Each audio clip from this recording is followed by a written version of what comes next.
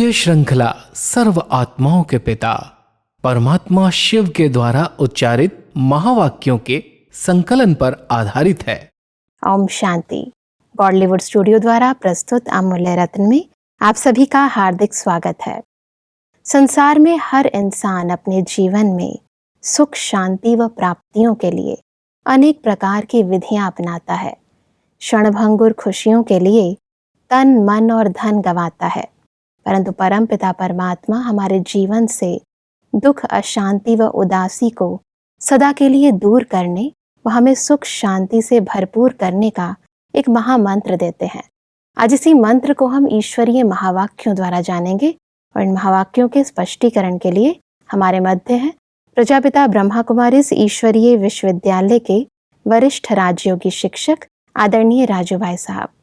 तो सब आपका आज के एपिसोड में बहुत बहुत स्वागत है। ओम शांति। तो सब आज हम बात करेंगे 13 जनवरी 78 के महावाक्यों पर। इसका टॉपिक है इंतजार के पहले इंतजाम करो। तो सब इन महावाक्यों में आगे बढ़ते हैं और परमात्मा हमसे कहते हैं कि सदैव स्वयं को सर्वश्रेष्ठ महान आत्मा समझते हो। महान आत्मा जिसकी स्मृति से स्वतः ही हर संकल्प और हर कर्म महान अथवा सर्वश्रेष्ठ होते हैं। जैसे आजकल की दुनिया में अल्पकाल की पोजीशन वाली आत्माएं अपने पोजीशन की स्मृति में रहने के कारण दिन रात स्वतः ही उसी नशे में रहती हैं, वैसे बाप द्वारा प्राप्त हुई पोजीशन को स्मृति में रखना सहज और स्वतः है। वह सब बहुत ही वंडरफुल बात है कि दुनियावी पोजीशन तो इंसान को याद रहती है, परंतु ये जो सूक्ष्म पोजीशन जो परमात्मा हमें देते हैं ये स्मृति से हट जाती है। इसका कारण क्या है? वास्तव में हमें बार बार ये स्मृति लानी पड़ेगी। हाँ जी। आत्मा मैं हूँ, लेकिन मैं कौन सी आत्मा हूँ? जैसे देह की पोजीशन, पद की स्मृति सदा नेचुरल रहती है क्योंकि उसने मेहनत करके पढ़ाई करके उस डिग्री को, उस पद को प्राप्त किया है जी।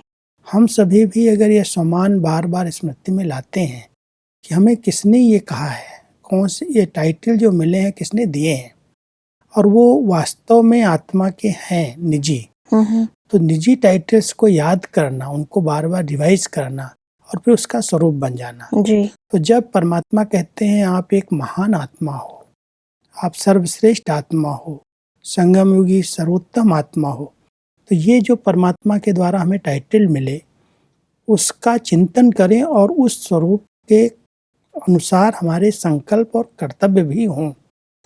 अगर संकल्प और कर्तव्य अलग हैं तो वो सम्मान की स्मृति में रहने से कोई फायदा नहीं है जी। अगर वो स्मृति में है तो वैसे ही संकल्प, बोल और कर्म हमारे होने चाहिए। परमात्मा कहते हैं कि जैसी पोजीशन है वैसा ही कर्म, जैसा नाम वैसा ही श्रेष्ठ कर्म भी है। इसलिए वर्तमान समय सहज योगी के साथ कर्म योगी भी कहलाएंगे। कर्म योगी अर्थात हर कर्म द्वारा बाप से स्नेह और संबंध का हर आत्मा को साक्षात्कार होगा। क्योंकि कर्म कॉन्शियस होकर कर्म न किए जाएं। परमात्मा ने ये कार्य मुझे सौंपा है, उसने मुझे इस कर्तव्य के निमित्त बनाया है जी। जब ये स्मृति रहेगी तो जो कर्म हम करेंगे उस कर्म से भी लोगों को ये अनुभव होगा कि इनको कराने वाला कौन है, इनसे कौन करा रहा है। जब वो हमसे देखेंगे कि इतनी शांति से, इतनी धैर्यता के साथ ये कर्म कर रहे हैं तो उसका प्रभाव पड़ेगा कि इनके साथ कोई अलग शक्ति है। उस शक्ति का अनुभव हमारे कर्म द्वारा होना चाहिए जी। अगर कोई भी कर्म हम कर रहे हैं और बहुत उतावलेपन में कर रहे हैं, कुछ राइट हो रहा है, कुछ रॉन्ग हो रहा है, माना परमात्मा की याद यथार्थ रूप में नहीं है। परमात्मा जो करावनहार है, सर्वशक्तिवान बुद्धिमानों की बुद्धि है, वो अगर हमारे साथ है और उसकी याद में रह करके मैं कोई कर्म कर रहा हूँ तो वो कर्म बहुत युक्ति युक्त और यथार्थ होगा जी। अगर यथार्थ और युक्ति युक्त कर्म हो रहे हैं और बहुत उसमें हल्कापन है, कोई बोझ नहीं है कर्म का जी। तो लोगों को अनुभव होगा कि ये सहज योगी कर्म योगी है, कर्म करते हुए परमात्मा की याद में खोए हुए हैं। वो अनुभव हमारे कर्मों से, हमारी दृष्टि से, हमारे अनेक प्रकार के जो संकल्प अंदर अंदर चलते हैं, उन संकल्पों से भी लोगों को लगेगा कि यहाँ नहीं है, इन कहीं दूसरी स्मृति में समाये हुए हैं। तो परमात्मा चाहते हैं कि मेरे बच्चे जो भी कर्म करें, उस कर्म से कराने वाले का अनुभव हो। इसीलिए परमात्मा कहते हैं कि कर्म योगी की या सहज राज योगी की परिभाषा बड़ी गुह्य है। कर्मयोगी या सहज राजयोगी का हर संकल्प बाप के स्नेह के वाइब्रेशन फैलाने वाले होंगे। जैसे जड़ चित्र भी शांति के अल्पकाल के सुख के वाइब्रेशन अब तक भी आत्माओं को देने का कार्य कर रहे हैं, तो अवश्य चैतन्य रूप में संकल्प द्वारा, वाणी द्वारा, कर्म द्वारा विश्व में सदा सुख शांति, बाप के स्नेह के वाइब्रेशन फैलाने का कर्तव्य किया है। तब जड़ चित्रों में भी शांति है। कोई भी कर्म हम अगर कर रहे हैं और कोई मुझे देख रहा है, किस विधि से कर रहे हैं, कर्म करते हुए अगर हमारे बुद्धि में परमात्मा की याद है, उसके स्नेह में हम समाये हुए हैं, तो हमारे वाइब्रेशन से भी हम बोलें या न बोलें कुछ, लेकिन लोगों को अनुभव होगा कि ये यहाँ नहीं है, कर्म में नहीं है, लेकिन अलग है, इनके संकल्पों में कुछ और है। तो वो वाइब्रेशन उनको सुख का, शांति का, पवित्रता का अनुभव कराएंगे। जैसे मूर्तियों के सामने जाते ही व्यक्ति को अनुभव होने लगता है, मूर्तियाँ कुछ कह नहीं रही हैं, लेकिन उस भावना से उनके सामने जाते हैं तो उनको वहाँ से वो फीलिंग्स आती हैं। तो परमात्मा कहता है जब आपके जड़ मंदिरों से भक्त आत्माएं वो फील कर रही हैं, अनुभव कर रही हैं, और आप चैतन्य में परमात्मा की याद में रह करके कोई कर्म कर रहे हो, तो आपके वाइब्रेशन से, आपके बोल से, आपके संकल्प से लोगों को अनुभव हो कि ये परमात्मा के स्नेह में समाये हुए हैं। इनकी दृष्टि में वो प्यार, परमात्मा के प्राप्तियों का प्यार समाया हुआ है। तब उनको लगेगा कि ये आत्माएं कर्मयोगी हैं। जी, परमात्मा कहते हैं कि जब साइंस का यंत्र गर्मी का या सर्दी का वाइब्रेशन वायुमंडल बना सकते हैं, तो मास्टर सर्वशक्तिवान अपने साइलेंस अर्थात याद की शक्ति से अपने लगन की स्थिति द्वारा जो वायुमंडल या वाइब्रेशन फैलाना चाहे वह सब बना सकते हैं। ऐसी प्रैक्टिस करो। वास्तव में अगर कोई भी आत्मा उस स्थिति में रह करके किसी स्थान पर कर्म कर रही है, योग युक्त होकर के कर्म कर रही है, कई बार इस योग को यथार्थ न समझने के कारण कोई कर्म करते करते आंख बंद करके बैठ जाते हैं, समझते हैं हम तो योग कर रहे हैं, उसमें सेवा की बजाय डिससर्विस होती है। परमात्मा वो हमें नहीं सिखा रहे हैं, लेकिन हमारे इतने अच्छे वाइब्रेशन हो, सुख स्वरूप स्थिति में, शांत स्वरूप स्थिति में रह करके हम कोई कर्म करें, तो सामने वाली आत्मा को लगेगा कि इनके कर्म बड़े श्रेष्ठ हैं और इनके द्वारा बड़े अच्छे वाइब्रेशन आ रहे हैं, फीलिंग्स ऐसी आ रही हैं। जैसे आज हम अपने बड़ों को देखते हैं, दादियों को देखा, बैठे हैं, कोई भी कर्म कर रहे हैं तो उनके समीप अच्छे वाइब्रेशन लेने के लोग जाते हैं, बैठ जाते हैं, छेड़ते नहीं। वो कुछ कर रहे हैं तो करने देते हैं, लेकिन उनको लगता है, हम जाते हैं जानकी दादी जी के पास, वो मुरली पढ़ रहे हैं या कोई ईमेल आए हुए हैं, मोबाइल में आए हुए हैं, बहुत ध्यान से पढ़ रहे हैं, हम शांति से बैठ जाते हैं जा कर के, तो उनके वाइब्रेशन से ऐसे लगता है कि ये आत्मा कहीं दूसरी जगह परमात्मा के प्यार में है। भले कोई को जवाब दे रही है या कोई का पढ़ रही है मेल, लेकिन उसकी वाइब्रेशन की जो चारों तरफ ओरा है, जो उनके श्रेष्ठ शुद्ध संकल्प हैं, सुख शांति के संकल्प हैं, वो पूरे वायुमंडल में फैल रहे हैं। बिल्कुल। और वहाँ जाने वाले बैठ करके उनको देखते रहते हैं, शांति का अनुभव करते रहते हैं। वो जब अपना कार्य पूरा कर लेती तो ऐसे देखती हैं, बीच बीच में देख लेती हैं, फिर अपने कार्य में लग जाती हैं। तो इससे देखा है कि उनकी स्थिति ऐसी है जो उस स्थिति के कारण उस स्थान का वातावरण चेंज हो जाता है। परमात्मा भी अपने बच्चों को यही शिक्षा देते हैं, समझा रहे हैं कि आप किसी भी स्थान पर बैठ करके कोई कर्म कर रहे हो तो आपके द्वारा वो वाइब्रेशन फैलने चाहिए, उस वायुमंडल को चेंज करने वाले वाइब्रेशन हो। तो जितनी बहुत शक्तिशाली पावरफुल स्थिति हमारी आंतरिक होगी, सुख स्वरूप स्थिति में, प्रेम स्वरूप स्थिति में बैठ करके कर्म इंद्रियों से हम कर्म कर रहे हैं, लेकिन हमारे वाइब्रेशन से सामने वाली आत्मा को बड़े अच्छे अनुभव हो रहे हैं। बिल्कुल भाई साहब, बहुत ही सुंदर स्थिति है, क्योंकि अक्सर इंसान ये सोचता है कि योग यानी कर्म से जब हम अलग होंगे तब हम योग कर सकेंगे, लेकिन नहीं, कर्म योगी परमात्मा की ने तो हम सबको कर्म योगी बनाया है ना। जी कर्म योगी माना ही कर्म करते हुए योग है, कर्म जी अलग योग अलग नहीं। परमात्मा कहते हैं कि जैसे एक सेकंड में अंधकार से रोशनी का अनुभव किया ना, ऐसे ही आजकल के मनुष्य अपनी शक्ति से अनुभव नहीं कर सकेंगे, लेकिन आप सबको अपनी प्राप्ति के आधार से, याद के आधार से अनुभवी बनाना पड़ेगा। यह है वास्तविक सहज राजयोग या कर्म योग की परिभाषा। इस समय वर्तमान समय देखा जाता है जी कि आत्माएं बहुत तनाव में हैं, बहुत प्रकार के संकल्प विकल्प, बहुत सारी परिस्थितियों में थकी हुई हैं। वो हमारे पास आकर के ऐसे सहज अनुभव नहीं कर सकती जब तक हमारी ऊंची स्थिति नहीं है। तो परमात्मा कह रहे हैं कि आपको कराना पड़ेगा। जैसे कहीं अंधकार होता है, स्विच ऑन किया लाइट का, रोशनी हो गई, अंधकार को भगाना नहीं पड़ा, वो अपने आप खत्म हो गया। ऐसे ही अगर हम स्मृति का स्विच ऑन करके बैठते हैं, परमात्मा की याद में खो जाते हैं, तो हमारे वाइब्रेशन से आने वाली आत्मा का अंधकार जो है, जो तनाव है, अपने आप समाप्त हो जाता है। ये सेवा, अगर राजयोगी आत्मा हम हैं, कर्मयोगी हैं, तो ये सेवा प्रैक्टिकल हम अपने वाइब्रेशन से करते रहें। यही सेवा वास्तविक राजयोगी की सेवा है। बिल्कुल, परमात्मा कहते हैं कि स्वयं प्रति शांति का या शक्ति का अनुभव किया, ये कोई बड़ी बात नहीं, लेकिन अपने याद की शक्ति द्वारा अब विश्व में वाइब्रेशन द्वारा वायुमंडल बनाओ। तब कहेंगे नंबर 1 सहज राजयोगी, सिर्फ स्वयं संतुष्ट न रह जाओ, संतुष्ट रहना और सर्व को संतुष्ट करना है, यह है योगी का कर्तव्य। कई बार हम ऐसे अनुभव करते हैं, हम योग में बैठे, बहुत शांति का अनुभव हुआ जी बहुत प्यार का अनुभव हुआ, अंदर अंदर एकदम आत्मा प्रफुल्लित खुश हो गई। लेकिन परमात्मा कहते हैं ये योगी का कर्तव्य नहीं, केवल अपने तक सीमित नहीं रखो। आपके पास ऐसी शक्ति है जिस शक्ति के आधार से वातावरण चेंज हो जाए। एक स्थान पर बैठे हुए भी हम इस शक्ति को चारों तरफ फैला सकते हैं, लेकिन इसके लिए बहुत अच्छी एकाग्रता चाहिए।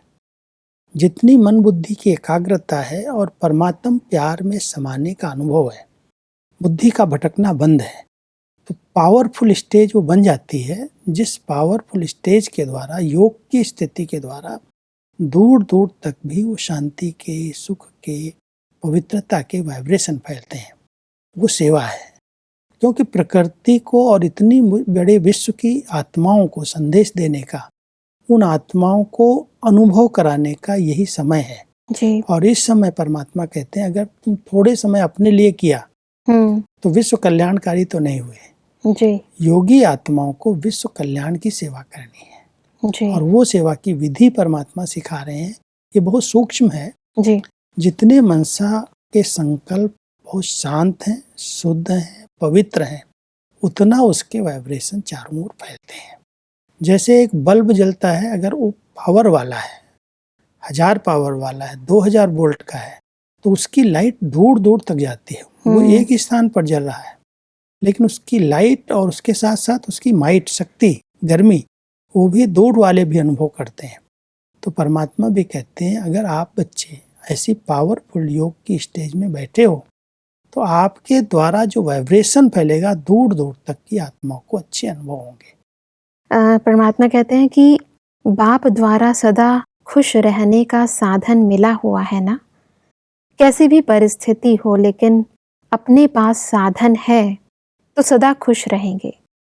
सिर्फ बाप को याद करने का साधन ही बहुत बड़ा है। बाबा कहना और खुशी प्राप्त होना, ऐसा साधन सदा यूज करते रहो। बाबा शब्द याद करना अर्थात स्विच ऑन होना। जैसे स्विच ऑन करने से सेकंड में अंधकार भाग जाता है, ऐसे ही बाबा कहना अर्थात अंधकार या दुख, अशांति, उलझन, उदासी, टेंशन सबकी सेकंड में समाप्ति हो जाती है। ऐसा मंत्र बाप ने दिया है। क्योंकि बाबा की हमें यथार्थ पहचान है। जी। सिर्फ बाबा शब्द कहने से ऐसे नहीं कोई देहधारी हमारे सामने आता है। कई बार आजकल बाबाएं तो बहुत हैं, और हम जब बाबा शब्द कहते हैं तो लोग समझते हैं ये भी कोई देहधारी को बाबा कह रहे हैं। जी। वास्तव हम किसी देहधारी को बाबा नहीं कह रहे हैं।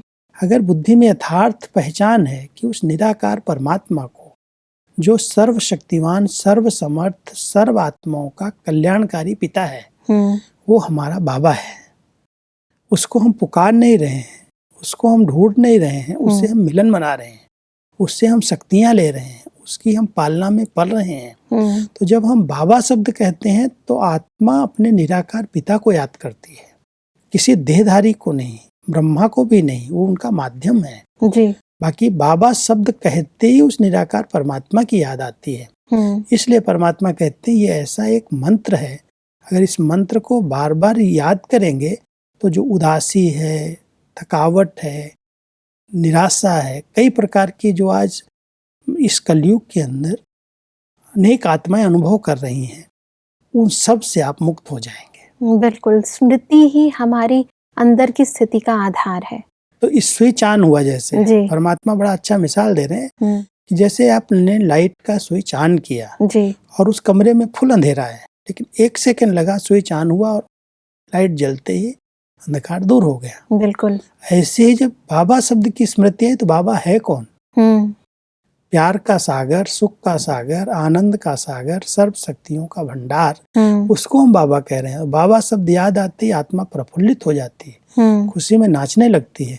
तो जो भी अंदर की कमी, कमजोरी, संस्कार, उदासी, थकावट, वो सब दूर हो जाती है। बिल्कुल, परमात्मा की याद के साथ साथ उसकी सारी शक्तियाँ, उसकी सारी शिक्षाएं, वो हमारी स्मृति पटल पर आ जाती हैं। जी।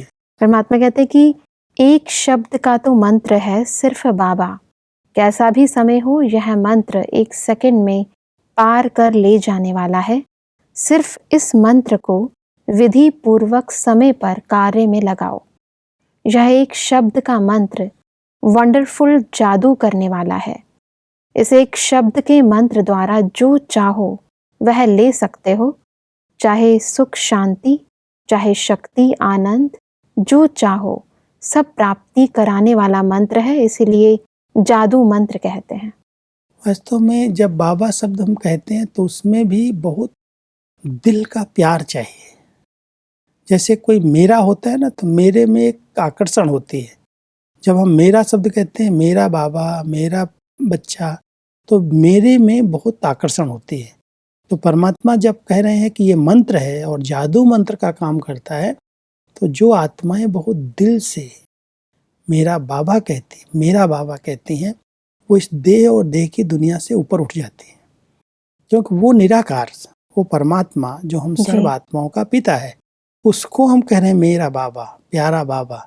तो ये बाबा शब्द जादू मंत्र का काम करता है। सुख शांति आनंद का वो सागर है, वो भंडार है, और उसको यथार्थ रूप से अगर निश्चय से याद किया, जहाँ है, जिस रूप में है, जो उसकी यथार्थ पहचान है, उसके द्वारा हमने क्या क्या प्राप्त किया, वो सब याद आते ही जैसे अंधकार दूर हो जाता है। बिल्कुल, सर्व प्राप्तियों से आत्मा भरपूर हो जाती है। ऐसा परमात्मा कहते हैं कि बाप तो सदा यही बच्चों के प्रति कामना करते हैं कि बाप समान बेहद के सेवाधारी बनना है। वह सब है हद की जिम्मेवारियां, लेकिन बाप की जिम्मेवारी है बेहद की। तो बेहद की जिम्मेवारी में बाप समान बनना पड़े ना। जैसे हद की जिम्मेवारी निभाने में समय शक्ति देनी पड़ती है ना, तो बाप की ये शुभ कामना भी पूरी करनी ही है। अब राजयोगी बनना है, राजयोगी राज राजेश्वर बनेंगे। सब राजयोगी राज राजेश्वर और ये जो बेहद की जिम्मेवारी है, इन तीनों को थोड़ा और स्पष्ट करें। क्योंकि वर्तमान समय कई आत्माएं अपनी हद की जवाबदारी समझ करके अपना पूरा समय, अपनी सब शक्तियां उसके पीछे लगा रहे हैं। जी। परमात्मा की इतनी ऊंची पालना ली है, पढ़ाई ली है, शिक्षाएं मिली हुई हैं, बेहद की बहुत बड़ी जिम्मेवारी जो परमात्मा की है खुद की। क्योंकि परमात्मा जब सृष्टि पर आते हैं तो उनका सबसे बड़ा कार्य है इस पूरे नरक की सृष्टि को परिवर्तन करना, कलयुग को सतयुग में परिवर्तन करना। प्रकृति जो तमो प्रधान है, उस तमो प्रधान प्रकृति को सतो प्रधान बनाना बेहद की जवाबदारी है, कोई हद की नहीं है। कोई एक चीज को परमात्मा परिवर्तन नहीं कर रहा है, एक कार्य उसका नहीं, पूरे विश्व का परिवर्तन है जी। उसमें व्यक्ति भी है, प्रकृति भी है और भटकती हुई आत्माएं भी है। उन सबको मुक्ति और जीवन मुक्ति देने का एक बेहद का कार्य परमात्मा का है जी। और बच्चों को वो अपने समान उस कार्य में निमित्त बनाना चाहते हैं। इसलिए परमात्मा कहते हैं, भगवान की कामना ये है मेरे बच्चे मेरे समान बने और उसके लिए केवल योगी बन जाए, राजयोगी। राजयोगी बनेंगे तो जो आने वाला विश्व है सतयुग, उसमें वो राजेश्वर राजाई पद प्राप्त करके सारे विश्व का नियंत्रण कर सकेंगे।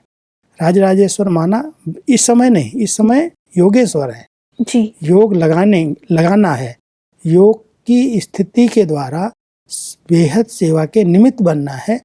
तो राजयोगी फिर राजेश्वर भविष्य में देव पद को प्राप्त करते हैं, राजाई पद को प्राप्त करते हैं। बिल्कुल भाई साहब, आगे बढ़ते हैं। परमात्मा कहते हैं कि इस समय दो कार्य साथ साथ हो रहे हैं। एक तरफ पिछला हिसाब किताब चुकतू कर रहे हो और दूसरे तरफ भविष्य और वर्तमान जमा भी कर रहे हो। एक का लाख गुना जमा होने का समय अभी है। तो सब इस हिसाब किताब को थोड़ा स्पष्ट करें। क्योंकि जो भी हमारे किए हुए कर्म हैं, पुराने विकर्म, जिन कर्मों को हमने किसी भी विकार के वशीभूत होकर के किया है, वो पाप कर्म बन गया। और संगम पर जब ज्ञान मिला है तो ज्ञानी तो आत्माएं पुराने हिसाब किताब को चुक तो करती हैं जी। और नए श्रेष्ठ कर्म के द्वारा एक श्रेष्ठ कर्म से कई गुना उनकी कमाई हो रही है, पद्मों की कमाई हो रही है। तो परमात्मा कहता है ये बहुत ध्यान देना, क्योंकि आपके इस समय के कदम कदम में पदम समाये हुए हैं जी। क्योंकि संगम युग की थोड़े समय की मेहनत, थोड़े समय का पुरुषार्थ और 21 जन्मों की प्रारब्ध, तो उसकी भेंट में अगर हमने थोड़ा समय कुछ किया श्रेष्ठ कर्म, तो एक तरफ हमें अपने पुराने हिसाब किताब जो हमने पिछले जन्मों में बनाए हैं योग युक्त स्थिति से उसको हमें समाप्त करना है जी। और दूसरी ओर परमात्मा के कार्य में मददगार बन करके योगी जीवन बना करके भविष्य के लिए पद्मों की कमाई जमा करनी है, जिससे हम सतयुग और त्रेता का राज्य भाग्य प्राप्त कर सकें। इसलिए परमात्मा हमारा ध्यान खिंचवा रहे हैं कि डबल कार्य आप बच्चों को करने हैं। परमात्मा कहते हैं कि याद से जमा भी होता और चुकतू भी होता है। ऐसा ना हो चुकतू करने में ही टाइम चला जाए। अगर ट्रस्टी बन चुकतू करते हो तो भी जमा होता है। विधि पूर्वक कार्य करने से चुकतू के साथ साथ जमा भी होगा। वो निशानियां हमें देखनी चाहिए। तो एक तरफ योग से हमारे विकर्म दग्ध हो रहे हैं, ऑटोमेटिक हो रहे हैं, और दूसरी तरफ जो अच्छे वाइब्रेशन क्रिएट हो रहे हैं उससे विश्व कल्याण की सेवा हो रही है। बिल्कुल। तो डबल कार्य हम योग के द्वारा कर रहे हैं। बिल्कुल भाई साहब, आज हमने बहुत ही गहराई से कर्मयोगी, राजयोगी व सहज योगी की गुह्य परिभाषा को जाना। भाई साहब, स्पष्टीकरण के लिए आपका बहुत बहुत धन्यवाद। दर्शकों, आज के एपिसोड में हमने समझा कि कर्मयोगी वह है जिसका हर संकल्प व हर कर्म परमात्मा की स्नेह का वाइब्रेशन फैलाने वाला हो। परमात्मा ने कहा कि हमें स्वदर्शन चक्रधारी बन स्वयं को व्यर्थ के चक्करों से मुक्त रखना है व सदा हल्के रहना है। परमात्मा ने कहा कि सदा हमें बाबा शब्द का जादू मंत्र याद रखना है, क्योंकि यही वह मंत्र है जो हमें हमेशा दुख, अशांति व उदासी से मुक्त रहकर सुख, शांति व खुशी प्रदान कर सकता है। दर्शकों, आज के एपिसोड से संबंधित यदि आपके मन में कोई प्रश्न है तो आप हमें ईमेल कर सकते हैं। हमारा ईमेल आईडी है amulyaratna@collywoodstudio.org। अगले एपिसोड में एक और अव्यक्त वाणी के साथ आप सभी के समक्ष हम फिर हाजिर होंगे। तब तक के लिए लेते हैं इजाजत। ओम शांति। मुख्य सार: कर्मयोगी अथवा सहज राजयोगी की परिभाषा।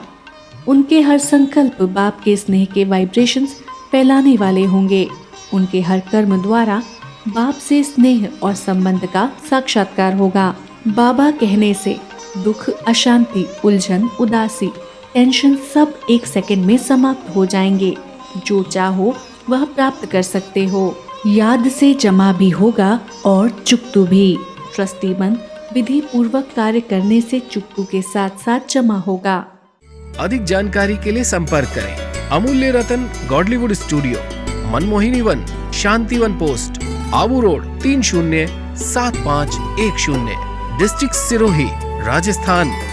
ईमेल आईडी है amulyaratn@godlywoodstudio.org।